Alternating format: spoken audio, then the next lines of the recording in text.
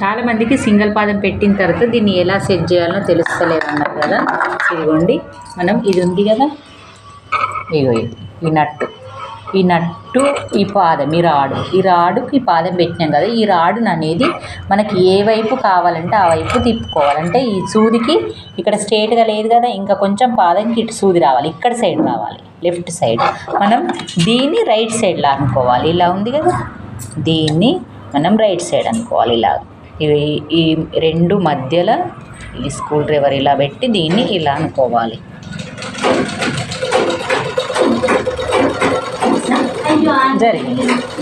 జరిగేసరికి ఇక పాదంకు స్ట్రేట్గా ఇలా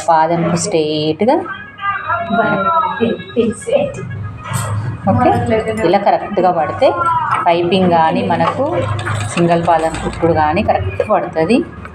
ఇది ట్రై చేయండి.